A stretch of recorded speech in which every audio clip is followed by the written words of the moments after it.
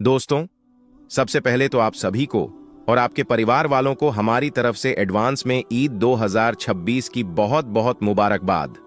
आपका दिल करे तो आप भी हमें कमेंट बॉक्स में ईद की मुबारकबाद लिख सकते हैं। आज के इस वीडियो में हम आपको ईद 2026 चांद के हवाले से एक बहुत बड़ी खुशखबरी बताने वाले हैं। एक बहुत बड़ी खबर बताने वाले हैं जो हाल ही सऊदी अरब से निकलकर सामने आ रही है, जिसको सुनकर यकीनन आप सबका दिल खुश हो जाएगा।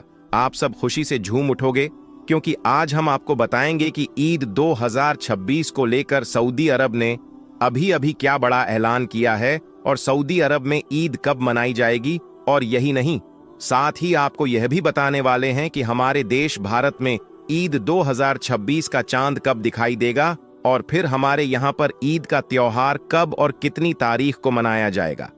इस पूरी खबर को सुनकर यकीनन आप सबका दिल खुश हो जाएगा। इसीलिए आज का यह वीडियो आप सभी के लिए बहुत खास है। आप इसको आखिर तक जरूर देखें। और सबसे पहले, अगर आपको ईद आने की खुशी हो रही है तो आप इस वीडियो को दिल से एक लाइक जरूर कर दें और मेहरबानी करके इसे शेयर भी कर दें, ताकि और भी लोगों के पास यह वीडियो पहुंच जाए। तो चलिए दोस्तों, शुरू करते हैं। दोस्तों, अभी अभी सऊदी, कुवैत और बहरीन की तरफ से ईद 2026 के चांद को लेकर एक बहुत बड़ी खबर निकलकर सामने आ रही है। इसीलिए सबसे पहले तो बात करते हैं सऊदी अरब की, यानी कि सऊदी अरब ने ईद को लेकर क्या बड़ा ऐलान किया है। इसके बाद हम आपको बताएंगे कि भारत में इस साल यानी कि 2026 में ईद कब है। इसीलिए आप इस वीडियो को बगैर स्किप किए आखिर तक गौर से जरूर देखें। दोस्तों, अभी अभी सऊदी अरब की चांद कमेटी और उलमा-ए-इकराम ने यह साफ कर दिया है कि इस बार यानी कि 2026 में 29 रोजों के बाद ही ईद का त्योहार मनाया जाएगा। इस हिसाब से देखा जाए तो 18 मार्च 2026 की शाम को ईद का चांद नजर आने की पूरी उम्मीद है। और इस हिसाब से देखा जाए तो फिर 19 मार्च यानी कि जुमेरात के दिन सऊदी अरब में ईद का त्योहार मनाया जाएगा। लेकिन इसके साथ ही अगर हम सऊदी अरब के मौसम विभाग की बात करें तो इस हवाले से मौसम विभाग ने इस बात को साफ कर दिया है कि 18 मार्च के दिन बहुत से देशों में सूरज को ग्रहण लगेगा। इस वजह से सऊदी अरब के मौसम विभाग ने इस बात को साफ कर दिया है कि 18 मार्च को सूरज ग्रहण होने की वजह से चांद दिखाई नहीं देगा। यानी कि सऊदी अरब में 29 रोजे होने के बाद भी ईद का चांद नजर नहीं आएगा। इसलिए इस बार फिर सऊदी अरब में पूरे 30 रोजे रखे जाएंगे और इस हिसाब से फिर इस साल सऊदी अरब में 20 मार्च 2026 यानी कि जुम्मे के दिन ईद का त्योहार मनाया जाएगा। तो दोस्तों, ये तो हुई सऊदी अरब की बात। अब बात करते हैं हमारी यहाँ की, यानी कि भारत में ईद का चांद कब दिखाई देगा और हमारी यहाँ पर ईद का त्योहार कब और कितनी तारीख को मनाया जाएगा। तो दोस्तों, इस हवाले से हम आपको बता दें कि जैसा आप सभी को मालूम है कि सऊदी, कुवैत, बहरीन में चांद हमारे यहाँ से यानी कि भारत पाकिस्तान से एक दिन पहले दिखाई देता है। बस सऊदी अरब की इसी खबर को देखते हुए फिर पाकिस्तान की चांद कमेटी ने इस बात को साफ कर दिया है कि अगर सऊदी अरब में 29 रोजों के बाद ईद का चांद दिखाई दे देता है तो फिर हमारे यहाँ पर यानी कि भारत, पाकिस्तान, बांग्लादेश और नेपाल जैसे देशों में 19 मार्च 2026 को ईद का चांद नजर आ जाएगा। और इस हिसाब से फिर 20 मार्च 2026 यानी कि जुम्मे के दिन हमारी यहाँ पर ईद का त्योहार मनाया जाएगा।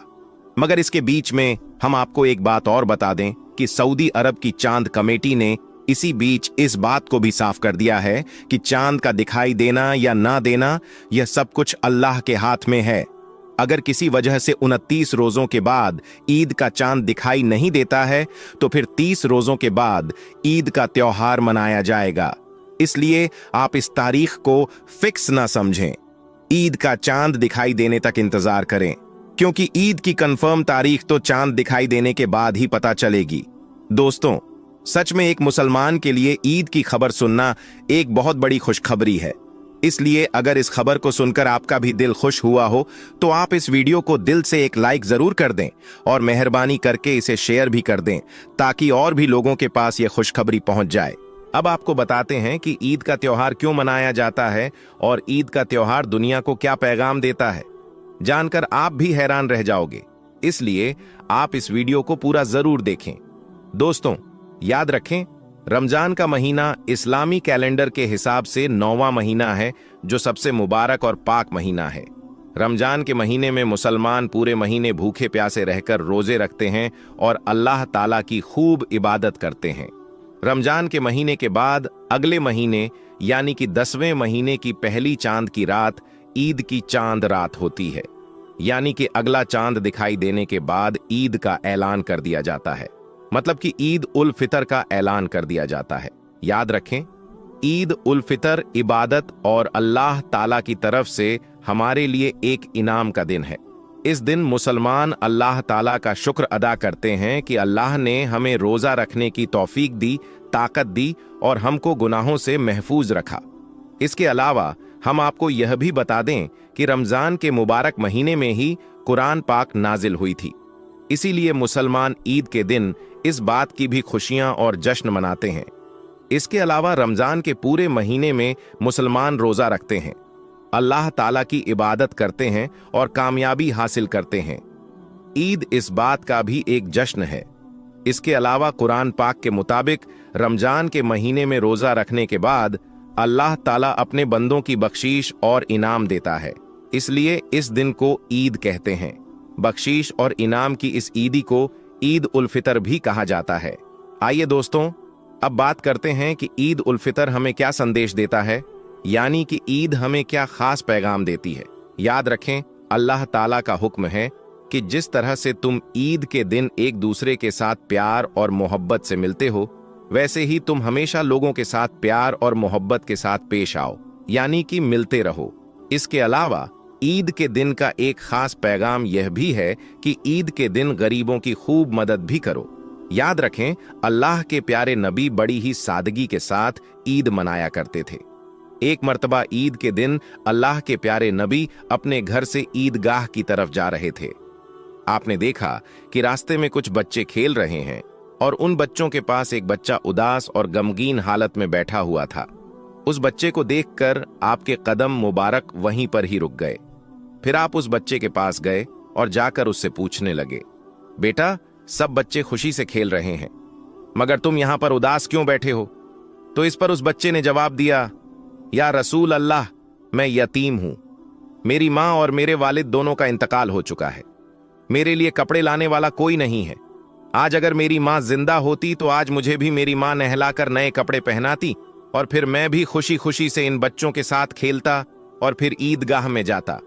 बस यही सोच सच कर मैं उदास और गमगीन हूं। बस इतना सुनना था। अल्लाह के प्यारे नबी की आंखों में आंसू आ गए। फिर आपने उस बच्चे से कहा, बेटा, तुम मेरे साथ आओ, आज मोहम्मद तुझे अपना बेटा मानता है। फिर आप उस बच्चे को साथ लेकर वापस अपने घर आए और फिर उस बच्चे से कहा, आज से हजरत आयशा तुम्हारी मां है, हजरत फातिमा तुम्हारी बहन है और हसनैन तुम्हारे भाई हैं।